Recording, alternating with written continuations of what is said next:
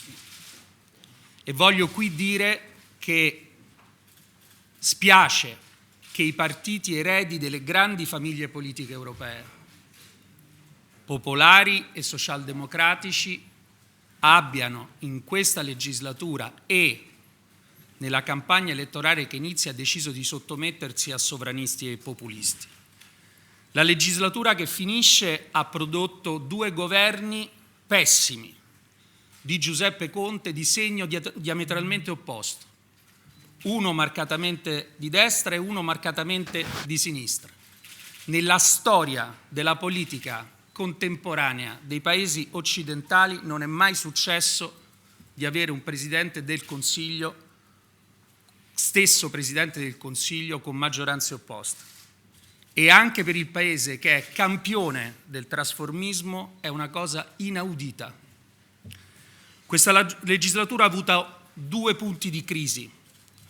La prima è stata l'elezione del Presidente Mattarella, che come sapete non desiderava essere rieletto, e il caos che ne è conseguito per le forze politiche nell'incapacità di trovare un candidato.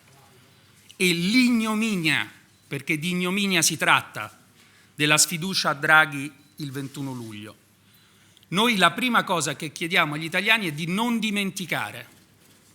Non dimenticate. Perché se si perde il ricordo di quello che è avvenuto, noi rivivremo tutti i peggiori momenti che abbiamo vissuto in questa legislatura e nella prossima. La memoria è l'unico antidoto agli errori. Draghi non è caduto perché governava male, tant'è che nessuno gli imputa di aver governato male. Draghi è caduto per l'invidia di Conte, per le voglie di Berlusconi di diventare Presidente del Senato e perché no anche Presidente della Repubblica, per la paura di Salvini di vedere i consensi calare a favore della Meloni. Questa è la storia. E questa storia chiediamo agli italiani di ricordarsi. L'italiano più illustre del mondo, chiamato da una politica che non riusciva a comporre un governo decente, è stato cacciato in mezzo all'inflazione, una guerra, problemi energetici, solo per desideri personali e voglie personali dei Forza Italia, Movimento 5 Stelle e Lega. Non è un caso, a nostro avviso, che la caduta di Draghi sia stata provocata dai leader più filoputiniani. Quello che è accaduto ha costruito un danno reputazionale per l'Italia gigantesco e l'Italia vive di 2 cose: Made in Italy, e dunque reputazione internazionale, e sostegno finanziario dell'Unione Europea e della Banca Centrale Europea, che si fonda sulla fiducia nell'affidabilità del Paese. E dunque questo danno reputazionale ha conseguenze. C'è una cosa che nessuno menziona. Draghi sta portando avanti e stava portando avanti una trattativa sul prezzo del gas, sul tetto al prezzo del gas. Grazie a Salvini, a Conte e a Berlusconi questa trattativa è oggi molto più difficile. Il problema del gas in autunno sarà un problema disastroso, perché l'Italia non ha fatto i suoi investimenti per diversificare, ve lo dice uno che ha fatto il TAP e ha previsto nella strategia energetica nazionale 2 navi di rigassificazione, cancellata dal ministro Di Maio e dal Movimento 5 Stelle. Per fortuna il TAP non è riuscito a cancellarlo. E dunque gli italiani devono sapere che se non riusciremo ad avere un tetto al prezzo del gas, la responsabilità dell'aumento incontrollato dei prezzi del gas è di Silvio Berlusconi, Matteo Salvini e Giuseppe Conte. Adesso tutti quanti ritornano a chiedere il voto come se nulla fosse accaduto.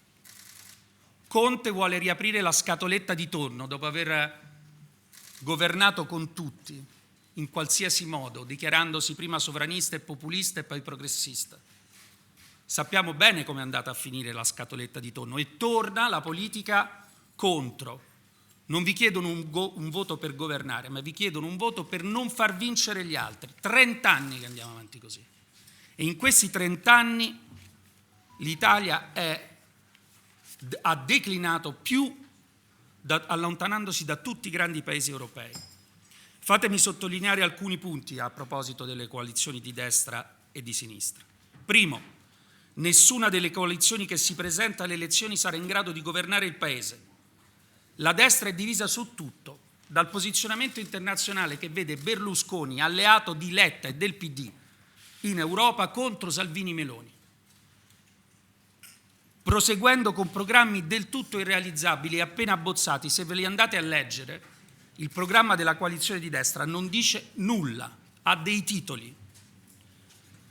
Per finire con il posizionamento internazionale della Meloni, io non credo che ci sia un rischio fascismo in Italia. Guardate, l'Italia è un paese piuttosto anarchico che fascista. E tuttavia alla Meloni deve essere chiaro un punto, che mentre in Italia si parla sempre di fascismo, negli altri paesi se ne parla poco, ma lo si considera dirimente per avere relazioni internazionali. Se la Meloni non avrà il coraggio di chiudere completamente i legami con il passato, anche dal punto di vista formale, e penso alla fiamma nel simbolo, fiamma che vuol dire un partito post-fascista, dichiaratamente post-fascista, nato dalla storia della Repubblica Sociale Italiana e dall'alleanza con i nazisti, se le liste non rispecchieranno le dichiarazioni che la Meloni ha fatto, il problema non sarà il fascismo in Italia, il problema è che i leader dei grandi paesi europei non gli stringeranno la mano.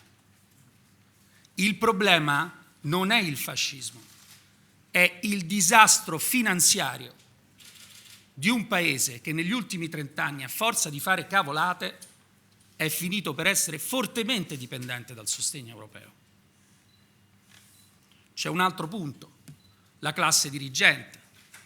La Meloni è di Roma. Roma è la capitale d'Italia, si riempie la bocca col patriottismo. E a Roma la Meloni ha candidato Michetti, il più improbabile candidato a sindaco di Roma che la storia abbia mai visto o sperimentato. Ecco, io non vorrei vedere gente come Michetti alla guida di un ministero. D'altro canto la sinistra è formata da Fratoianni, Bonelli, Bonino, Di Maio e Letta, non ha un programma comune. Come fa una coalizione a essere coalizione se non ha un programma comune? Con che governa? Mettiamo il caso che vincano. Come governano? Che fanno? Lo fanno il rigassificatore o non lo fanno? L'Ucraina la supportano o non la supportano? Perché questo conta. Il resto è chiacchiera da bar. E aggiungo, tutti i riferimenti all'agenda Draghi sono spariti, si sono dissolti, anche da parte di Letta che all'inizio ne aveva fatto un cavallo di battaglia. Voglio dire agli elettori del Partito Democratico, con cui ho davvero tentato di fare un'alleanza fondata sull'agenda Draghi e non 18 patti contraddittori che dicono tutto il contrario di tutto, voglio dire una cosa chiara che devono sapere. 5 minuti dopo le elezioni, 5 minuti dopo si rialleranno con i 5 Stelle. Basta vedere le dichiarazioni di Orlando, di Emiliano, di Boccia e di Bettini. Nessuna di queste coalizioni può assicurare la continuazione del PNRR, dell'agenda Draghi e del posizionamento internazionale dell'Italia. Salvini e Berlusconi non voterebbero l'invio di armi all'Ucraina e ci collocheremmo così fuori dalla NATO, e non lo farebbero gli alleati Fratoianni e compagni, non parliamo di Conte, della sinistra. Questo è ciò che conta. Il terzo punto che voglio sottolineare è questo: non esiste il voto utile, perché sono in campo 4 coalizioni, non 2, 4. E anche perché il PD ha combinato un gigantesco disastro, facendo un incrocio non riuscito tra un comitato di liberazione nazionale che include chi ha votato la sfiducia a Draghi e una cosa sull'agenda Draghi. Io non capirò mai perché Letta ha deciso di caricarsi Bonelli e Fratoianni e non i 5 Stelle. Se voleva fare il comitato di liberazione nazionale, allora avrebbe dovuto farlo con i 5 Stelle. Se voleva fare una cosa che era credibile per l'agenda Draghi, non avrebbe dovuto avere Fratoianni, Bonelli e tutto quello che si portano dietro. Anche grazie a questo disastro la partita è oggi sul proporzionale, è sul proporzionale al Senato. Ed è una partita che si può vincere come abbiamo fatto a Roma, dove i sondaggi all'inizio ci davano al 6, abbiamo finito al 20, rivolgendosi a tutti gli italiani che hanno voglia di vivere in un paese serio, che si sono rotti le scatole di essere divisi artificialmente tra due poli che poi si alleano l'uno con l'altro e che si dividono solo durante le elezioni, mentre noi stiamo chiacchierando e mentre la Lega dichiara che la sinistra è il male assoluto e la sinistra dichiara che la Lega è il male assoluto, Orlando e Giorgetti sono al governo insieme, stanno governando insieme. Questo è un teatro che imbastiscono ogni volta che gli serve di militarizzare l'elettorato per fargli scordare le proposte e la coerenza delle proposte. Italia Viva e Azione oggi sono l'unica forza politica ad avere la stessa collocazione in Europa, punto. Abbiamo fatto un accordo per costruire gruppi unici e avviare la costruzione di un grande partito liberale, popolare e riformista immediatamente dopo le elezioni. E agli amici di Più Europa che siedono nel nostro stesso gruppo nel Parlamento europeo, dico: avete fatto una scelta sbagliata, contraddittoria e incoerente. Siete diventati quei dipendenti di sinistra che la Bonino ha sempre detto di non stimare. Stessa cosa dico al mio amico Carlo Cottarelli, che ha scritto un programma per i liberali nell'ultimo anno diametralmente opposto alle proposte della sua coalizione e del PD. Così come Bentivogli, che ha combattuto il populismo sindacale della Camusso e la linea di Orlando sul lavoro e che ora si trova candidato nel PD insieme a loro. Per persone come Cottarelli, Bonino, Bentivogli e tante altre, le porte di questo progetto, per quanto mi riguarda, sono e continueranno ad essere aperte. La verità, signori, è che avete riempito pagine di giornali con mirabolanti progetti di centro che si sono squagliati come neve al sole nel momento in cui sono arrivati i seggi sicuri. Pensate a Toti, che ogni volta dopo le elezioni si stacca dalla destra per fare il centro in modo che quando ci sono le elezioni si possa alleare con la destra con maggior vantaggio. Io vi chiedo solo una cosa: dopo queste elezioni, quando arriverà uno che si è candidato con la destra e la sinistra e dirà io sono il centro, consideratelo per quello che è, una persona che non sta dicendo la verità. Veniamo a noi. Il nostro obiettivo è chiaro e netto, semplice. 1. Andare avanti con l'agenda Draghi. 2. Andare avanti col metodo Draghi. Il metodo Draghi è il metodo del buon senso e del buon governo.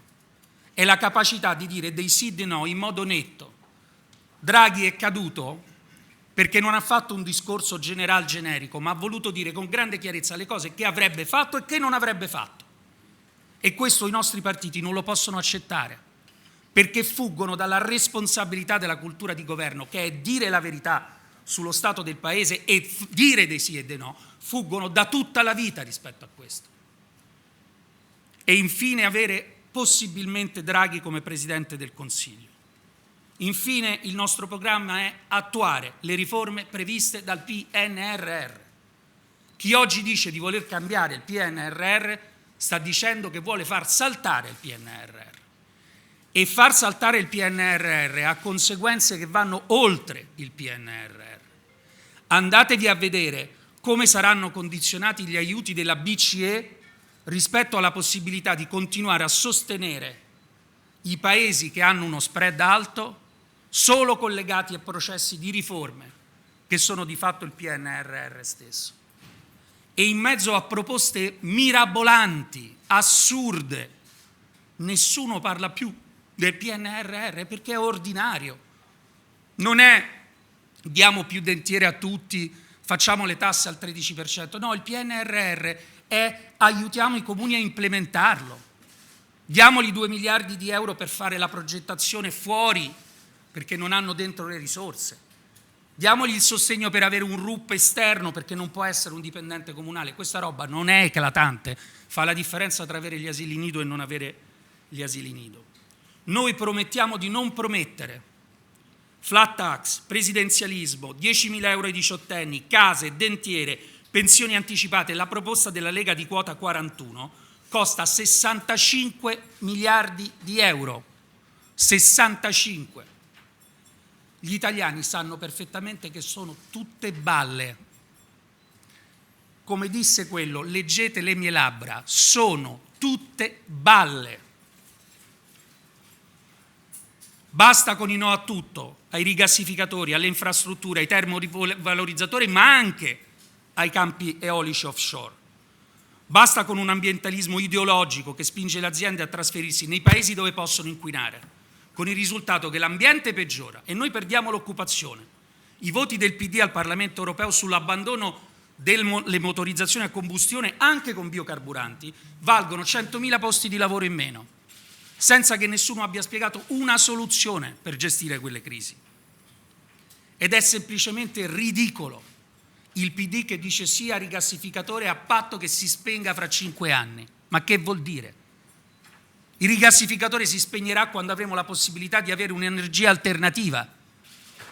C'è una data di scadenza? Come funziona? Hanno trovato una soluzione per impiazzare il gas? Ce la dicano, tutto il mondo è in attesa. La transizione ambientale è una cosa seria e va gestita bene. Le rinnovabili non possono andare da sole perché sono intermittenti e l'energia non può essere accumulata e noi non abbiamo il vento del mare del nord. È un dato di fatto, non è una discussione. E allora vi faccio notare questo.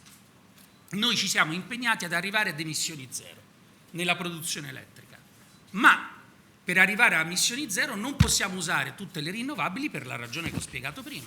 E come lo facciamo? Abbiamo bisogno di un'energia costante che non emetta. Come lo facciamo? Qual è questa energia? Qualcuno ha idea di qual è l'unica energia costante che ha emissioni zero? Si chiama nucleare. E se qualcuno ha una soluzione diversa, che la proponga. Siamo molto interessati a sentirla. Basta affrontare problemi complessi come l'immigrazione con la retorica di porti aperti verso porti chiusi. Per essere chiari, i porti italiani non sono stati mai completamente aperti e mai completamente chiusi, semplicemente perché non si può. È del tutto evidente che i confini vanno presidiati e che l'immigrazione non può essere lasciata al caso o alla necessità. Non possiamo avere centinaia di migliaia di persone che arrivano in Italia perché siamo davanti a un continente che crescerà di 1 miliardo di persone. Dunque presidio dei confini, anche perché più persone partono, più persone muoiono, nei campi libici e nella traversata del mare. Ma le persone che arrivano devono essere integrate e abbiamo bisogno di flussi di immigrazione regolare di famiglie e persone scolarizzate. Devono essere integrate con un'agenzia nazionale per l'immigrazione. Sapete chi ha peggiorato la questione dell'immigrazione e della sicurezza più di tutti? Matteo Salvini, chiudendo l'unica cosa che funzionava, che si chiama SPRAR, che vanno riaperti e gestiti meglio. Così come siamo favorevoli al fatto che se un bambino fa un ciclo di studi in Italia, possa diventare cittadino e integrarsi in questo Paese. Dico ai miei amici della sinistra che sull'immigrazione fanno tantissima retorica e che considerano la sicurezza un argomento di destra, che la sicurezza è un argomento per tutti, ma soprattutto per i più deboli. È la stessa identica situazione in cui mi sono trovato a Roma quando parlavo di decoro urbano e mi davano del fascista. Perché? Perché le scritte sui muri sono un gioioso processo rivoluzionario. No, sono una sporcizia che viene ripulita a spese delle persone che vivono in quei palazzi. Decoro urbano e sicurezza proteggono le persone fragili, non le persone che vivono in quartieri di lusso. Sul PNRR dobbiamo aiutare i comuni. Dal 23, forse è poco chiaro, iniziamo a essere misurati sulla realizzazione, neanche sulle riforme, sull'implementazione delle riforme e sulla realizzazione, cioè devono venire sugli asili nido, altrimenti si fermano i fondi. Ora, vi risulta che questo sia il problema principale dell'Italia? Perché a me risulta. Il problema di implementare è il problema numero 1 di questo Paese. Vi dico come sta la situazione. A oggi, di questo PNRR, di cui non sembra importare più a nessuno, mancano 431 obiettivi, l'85% del totale, per prendere 124 miliardi di fondi europei, senza considerare il cofinanziamento italiano che devono ancora arrivare. Noi ci concentreremo su questo, di questo parleranno le ministre. Dobbiamo realizzare poi i punti del discorso di Draghi al Parlamento. Dobbiamo modificare sostanzialmente il reddito di cittadinanza e non chiamarlo reddito di cittadinanza perché è una presa in giro fatta dai grillini. Dobbiamo modificarlo in modo che venga sostenuto chi non può lavorare. E chi può lavorare deve essere gestito dalle agenzie private di collocamento anche nella formazione. In Italia mancano circa 2-3 mila giunturisti e saldatori. Nessuno li sta formando. E se rifiutano un'offerta di lavoro perdono il sussidio, perché quel sussidio non è pagato da me, è pagato da infermieri, operai, poliziotti. Basta, i bonus coprono quello che non va in Italia, ok? Sono il modo in cui noi, invece di diventare un paese normale, buttiamo dei soldi che diamo agli italiani che escono da noi. I bonus sono le tasse pagate dai cittadini. Il bonus 110% è costato 45 miliardi di euro, forse finirà verso 50. Un terzo, anche più, dell'intero costo del sistema sanitario nazionale. Io non l'ho fatto, ma potevo rifarmi la casa a spese dello Stato. Ditemi se è una cosa normale, civile, se qualunque paese dell'universo può fare una cosa del genere. Siamo nettamente contrari a scostamenti di bilancio per finanziare nuove elezioni di quota 100, costata tra virgolette 23 miliardi per mandare in pensione 380.000 persone, tra cui tantissimi dipendenti pubblici e medici che non sono precisamente persone che non servono. Lo Stato spende in pensioni quasi il doppio di sanità e istruzioni messe insieme, quasi il doppio. Noi proponiamo un patto generazionale. Ogni euro in più del bilancio pubblico va su istruzione, formazione e sanità. Ricordo che sulla sanità mancano oggi 50.000 medici e 50.000 infermieri, 50.000, e che gli italiani spendono 40 miliardi di euro per curarsi privatamente perché le liste d'attesa sono lunghissime.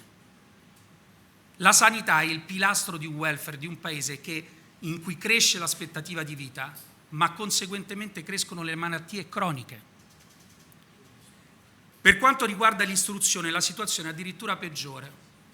Siamo agli ultimi posti in Italia, in Europa, per laureati, per preparazione alla fine del secondo grado. E voglio dire qui una cosa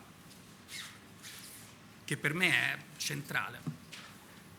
Le democrazie occidentali si fondano sulla cultura dell'istruzione. Se non c'è un'educazione istituzionale e culturale cadono, perché nelle democrazie liberali sono i cittadini con le loro scelte non solo di voto, anche di cosa fanno a indirizzare la qualità della società. Se vanno a teatro, chi fa teatro diventa ricco. Se non vanno mai a teatro, non vanno mai a un museo, quelle attività deperiscono e la società si abbrutisce. È quello che sta succedendo in Italia. L'Italia, tutti siamo fieri che abbiamo più siti UNESCO di tutti, è al penultimo posto per frequentazione di eventi culturali. Noi abbiamo compiuto un disastro. Questa generazione al 50% non legge un libro e i dati non sui ragazzi, sugli adulti sono peggiori. Non legge mai un libro. Però è a 9 anni su uno smartphone e a 11 anni su Instagram dove passano 5 ore al giorno. Noi dobbiamo ribaltare questa situazione e il patto generazionale è aiutare le persone più anziane o più esposte e più fragili con la sanità, ma allo stesso tempo fare un lavoro per cui nelle aree di crisi sociale ci mandiamo i migliori insegnanti, spostiamo l'obbligo a 18 anni, mettiamo il tempo pieno in ogni scuola, li facciamo leggere, gli insegniamo le lingue, li portiamo a... Da questo dipende la democrazia. Molto semplicemente. Altro che le chiacchiere sul fascismo della Meloni. Tutte le persone che hanno fondato la democrazia come principio da Stuart Mill in poi hanno chiaramente identificato il problema su cui sarebbero cadute se il livello di istruzione e cultura delle persone non fosse sufficiente per capire cosa succede e fare scelte razionali. Vogliamo lottare contro la povertà lavorativa, siamo a favore di un salario minimo, della cancellazione delle false cooperative e di una legge sulla rappresentanza per evitare i contratti pirata. Nessuno, per quanto ci concerne, dovrebbe lavorare per meno di 9 euro l'ora. Ma non siamo per un irrigidimento indiscriminato dei contratti che porta solo disoccupazione in un mondo in cui la specializzazione cambia continuamente. Siamo per uno Stato forte nei suoi compiti essenziali, ma non pervasivo, che vuol dire all'Italia va venduta. Ho provato a farlo io, bloccato da tutti i partiti politici, a Lufthansa, perché non può sopravvivere.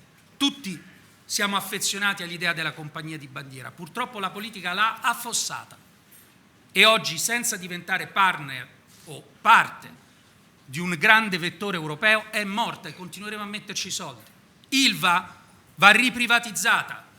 Quello che è accaduto su Ilva, di buttare 4 miliardi e 2 di investimenti esteri, e oggi siamo a dargli 1 miliardo per pagare la bolletta della luce, il miliardo, cittadini, è vostro. Il patriottismo economico lo fanno a spese vostre, non a spese loro. Concorrenza è un motore della crescita e certo fa paura perché cambia, ma costruisce condizioni di competitività che aiutano i cittadini a pagare meno e le imprese ad evolvere.